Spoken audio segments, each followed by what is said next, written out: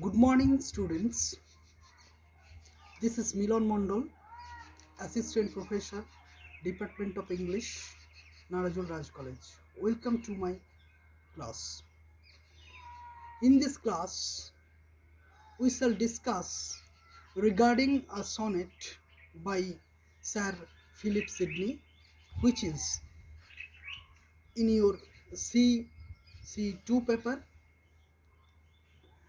In our last class, we have discussed regarding sonnet, its variations, sonnet sequence, etc. Now,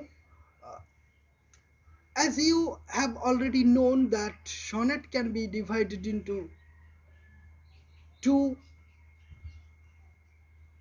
different ways, that is Petrarchan sonnet and English or Shakespearean sonnet. The present sonnet under discussion by Philip Sidney is a Petrarchan sonnet. That means it is divided into an octave followed by a sestet. Now, before going to the detailed discussion of the text, you have to have some idea regarding Sir Philip Sidney. As you are in first semester, you have just entered in your honors, and you know Sir Philip Sidney was an Elizabethan poet, a sonneteer, and a politician also. Now, uh, he was born in 1554. This sonnet sequence, Astrophel and Stella, was written about 1580, but it was published in 1591. Very significantly, it was published posthumously. That is, it was published after his death. Now, come to the title of the poem or title of the sonnet sequence, Astrophel and Stella.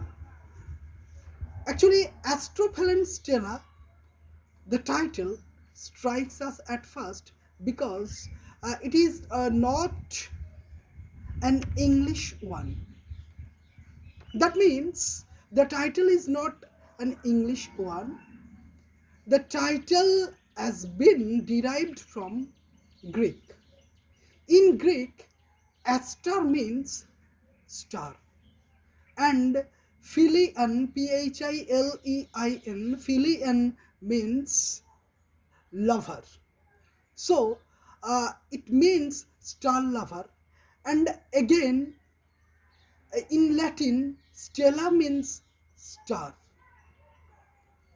Okay, now we can say that Astrophel and Stella is a sonnet sequence which, according to many critics, has a certain kind of autobiographical reference with Sir Philip Sidney.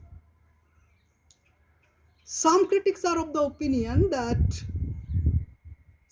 the first name of Philip Sidney, that means Philip, Phil means love, and the name Sidney resembles Latin word sidus.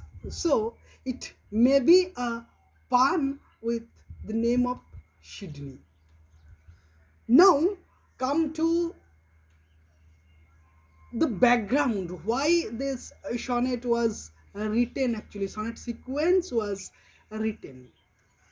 Sidney actually wrote this sonnet sequence for his lady love Penelope Rich, or rather Penelope Diverox. When Penelope Diverox was a very was a child, she was betrothed to Sir Philip Sidney. But after the death of her father, their marriage, their betrothal was broken, and Penelope Diverox married Robert Rich. In this poem, apparently, we will find Sir Philip Sidney's emotional or ecstatic love for Penelope Diverox. But if we read the poem in detail, we will also find that this poem is not only a love sonnet, rather, it is also a poem about a poem. So, in that sense, it can be called a meta poetry. Now, one thing we should also know that the publisher Thomas Newman, who published first Sidney's sonnet sequence, also used the word astrophale and stella. And later, Ringler actually used the word astrophil. But grammatically, the second one is correct because etymologically, astrophil means star lover. Now, this is the first sonnet of the sonnet sequence Astrophel and Stella. As I have already told you that this sonnet sequence consists of 108 sonnets and 11 songs. So now come to the text of the sonnet. And there are so many video lectures on this sonnet, and I shall try my best to give you a few new ideas regarding the interpretation of this sonnet. So students, come to the text. So come to the text, students.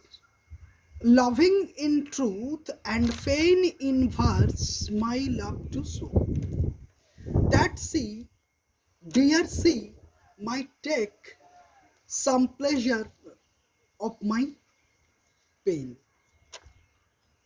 So, as I have already told you that this sonnet is written in the form of a Petrarchan sonnet. And one thing more, I want to tell you that generally most of the sonnets are written in iambic pentameter. But this sonnet is a kind of exception because Sidney here uses iambic hexameter or alexandrine. And you know iambic, what is an iambic pentameter? When uh, in a foot or poetic foot, an unstressed syllable is followed by a stressed syllable. So the poet speaker says, loving in truth and pain in verse, my love to show.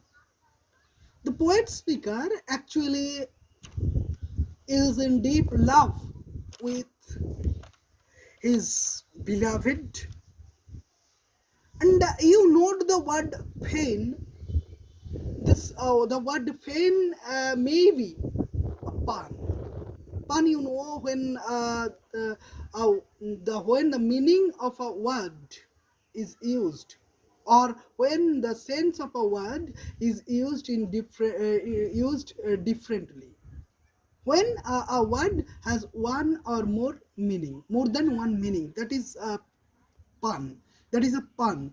It is a figure of speech, you know. So, loving in truth and pain in verse, my love to sow. So, as if on the one hand, the poet speaker actually feign means has a kind of pasha. Pasha means prone, loving in truth and fain in verse. He has a kind of pasha or prone for his verse, for the writing of his verse. And on the other hand, fain, F-A-I-N, fain can be a pun for the word F-E-I-G-N. That means pretends. So the poet speaker might pretend to show his love, to show his love, you know. So you can say that, or we can say that it was a kind of false affectation also. So loving in truth and pain in verse my love to show, that she, dear she, might take some pleasure of my pain, that she, and again dear she. So the first question which comes in our mind, why does the poet speaker use that she and dear she? Yes, it is a kind of emphasis. The poet speaker emphasizes the fact regarding the attention, or to draw the attention of his beloved lady love, that she, dear she, might take some pleasure of my pain. Here, there is a clinical term, or a sadistic pleasure, sadism. Okay, that she might take some pleasure of my pain.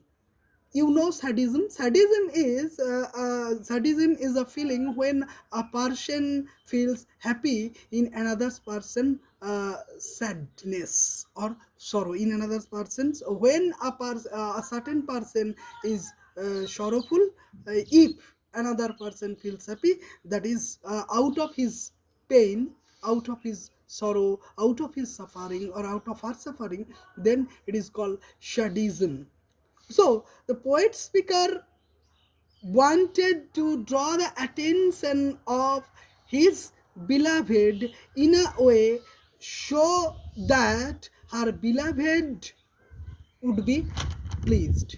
And the poet speaker thought that his beloved would be pleased out of his pain. That means his beloved might be pleased due to his pain, due to his suffering. Pleasure might cause her read, reading might make her know, knowledge might pity win, and pretty grace obtain. So, one thing which is very noteworthy here, actually, you will find a consecutive rising of ideas in the next two lines, and it is called a climax. When in case of a climax, the ideas rises, or ideas rise from the least important to the most important. So note the words: pleasure might cause her read, reading might make her know, knowledge might pity win, and pity grace obtain. Yes, the poet speaker thinks that out of the pain, out of his pain, his beloved would get pleasure, and that pleasure would help her to read more and more, and out of that reading, she will come to know, or she would come to know regarding the poet's love, or she might shower her grace upon the poet's speaker. So this is the idea which the poet speaker wants to express in these lines. Now, come to the next line. I sought fit words to paint the blackest face of O. You know, each and every literary genre, or yeah, each and every literary piece is filled with rhetorics, filled with different figures of speech. This poem or this sonnet is also no exception. I sought fit words to paint the blackest face of O. That means the poet speaker wants to say that he was groping for fit words. Once again, note the word fit. In the word fit, there is again a pun. Fit, on the one hand, it means perfect, that means perfect words, and on the other hand, fit means poetic fit, F-E-E-T. I sought fit words to paint the blackest face of O. Blackest face of O, in this phrase there is a periphrasis or circumlocution. Circumlocution, when a certain thing is stated in a roundabout way. In a roundabout way means in a different way, or in a pleasing manner, or yes, in a roundabout way, or in a circular way. So the here the blackest face of O naturally means the sorrowful nature, sorrowful mind of the poet speaker. Studying invents and spine her wits to entertain, of turning others' lips to see if then should flow some praise and fruitful showers upon my sunburnt brain. Yes. In the next few lines, there is a brilliant metaphor. Now, note the line or see the line, studying in Vincent's spine, her wits to entertain. The poet speaker wants to invent words with the help of study. But students, remember one thing, writing poetry is something natural. It is not a thing which can be made forcefully.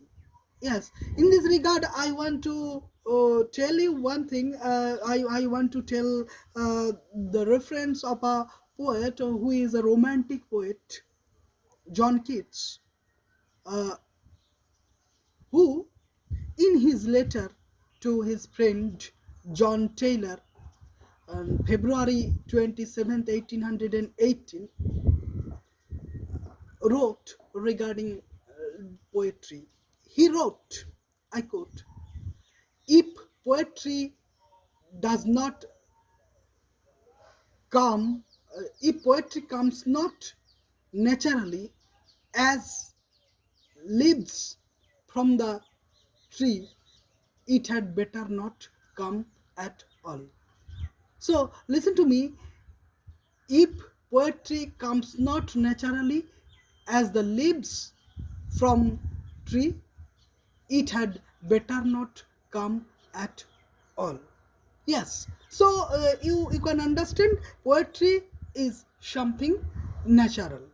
It is something spontaneous, and Wordsworth says poetry is the spontaneous overflow of powerful feeling. But in a way, in this poem, actually, or in this sonnet, the poet speaker lacks his poetic creativity. And as a result of that, he wanted to invent. Studying invents and spine her wits to entertain, oft turning others' lips. Very important. As the poet speaker lacks poetic quality, poetic creation, he wanted to find out poetic creation by turning others' lives. Once again, there is a pun in the word lives. Lives refer to the lives of the books of other poets, and on the other hand, lives also refer to the lives of lives also refer to the lives of other poets. To see if then should flow. Then should flow means if poetry comes. Some fresh and fruitful showers upon my sunburnt brain. Yes. There is a brilliant metaphor. Metaphor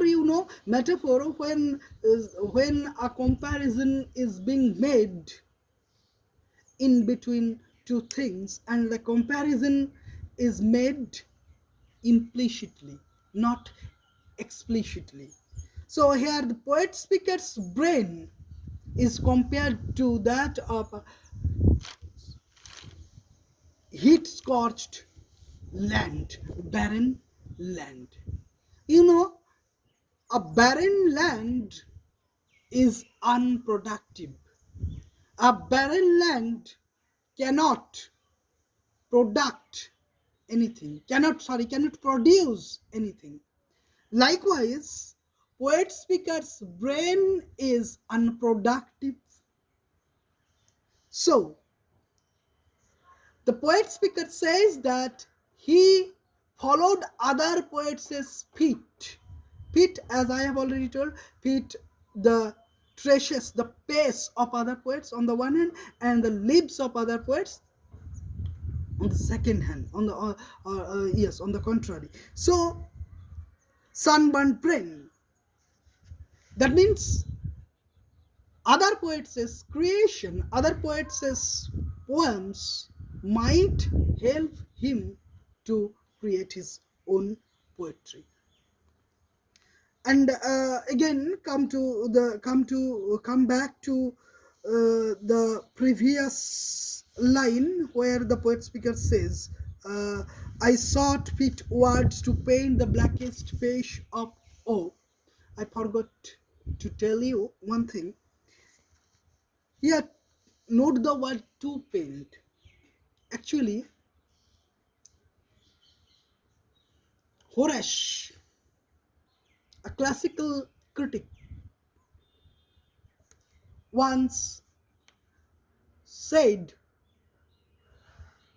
in his Ars Poetica, I quote, "Ut pictoria poesis."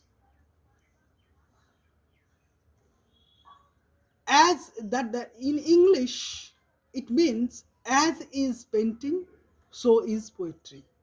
That is to say that poetry is like a painting.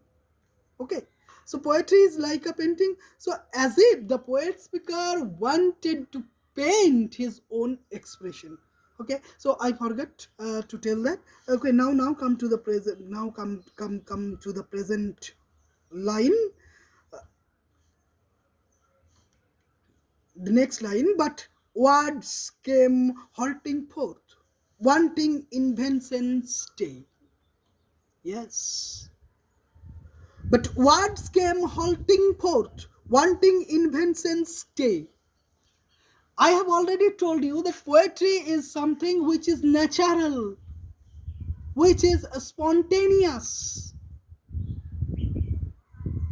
So, as the poet speaker lacks poetic creation, his poetry does not come naturally. That is why words came halting forth, wanting invention stay. Yes, wanting invention stay. Wanting means lack of. There is a kind of transferred epithet. Transferred epithet is a figure of speech where an epithet or an adjective of a certain object is misplaced or is used with another object. So here the word wanting, an epithet, the epithet wanting is used just beside invention, but it is associated, actually associated with the poet speaker. That means he has the want of thought, wanting invention stay. In the next line, there is a brilliant analogy. Invention, nature's child, fled step them studies blow. Yes, invention is something, poetic creation is something which is natural, which cannot be gained after practice. It is something natural. Invention, nature's child. Study, step them blow. And study is the stepmother of invention. That is the comparison. Study create, cannot create anything. It is not natural. In this regard, I want to tell you again the idea of nature and nurture. Nature and Nurture by Alexander Pope. He says nature is something which is intrinsic, and nurture is something which we cherish, which we nourish. So, poetic creation is something natural. Yeah, okay. So, the step them studies blows, and others' feet still seemed by stranger in my way. Yes, others says feet. Others says feet means others says poetical feet, poetical foot, poetic foot. Others says foot. The works of other writers rather seems to him to be strange one. That means he looks himself as a stranger, as he lacks the poetic creation. Thus great with child to speak and helpless in my throes. Thus great with child to speak and helpless in my throes. There is again another metaphor. The poetic creation is compared to that of the giving birth of a child. Thus great with child to speak and helpless in my throes. That means, in this regard, I want to tell you one thing. Mallarmé, Stephen Mallarmé, French poet, he says, he once said, poetry to be the child of an Idumean night, painful night. So, poetry is like that of giving birth to a child. That means, as a mother give, gives birth to her child and she only can feel the pain, all the other people only enjoy the fruit. Likewise, the poet speaker only know how difficult it is to create a poem, how difficult it is to write a poem. Next line, biting my truant pain, beating myself for spite, biting my truant pen, as the poet speaker lacks poetic creation. He says, biting my truant pen. Actually, truant, you know, truant boy. Truant is associated with a school dropout school boy. So biting my truant pen, that means it lacks creation. Biting my truant pen. Actually, Pain is not truant. Once again, there is there is a transferred epithet. Truant actually is associated with or is related to the poet speaker's brain. Biting my truant pen, beating myself for spite. Spite means hate. Beating myself for spite. Fool, said my muse to me, look in thy heart and write. In the last line, Start. so now come to the last line, and if you see, the last line is in the form of a direct speech. Now you can ask, why is the poet speaker use such kind of form? Actually, in many Elizabethan sonnets, there are these kind of structures. For example, if you read Spenser's sonnet number 75, One Day I Wrote Her Name, which is also in your syllabus, you will find the same structure. As if poet speaker's beloved says this to him, fool, said my muse to me, look in thy heart and write. This is the crux of the sonnet. Why? Because as the poet speaker lacks originality, lacks imagination, lacks poetic creation, his lady love, or rather his muse, you know, muse is the inspiration, the poetic inspiration, the deity of poetic inspiration. So my muse said, fool, my muse said to me, look in thy heart and write.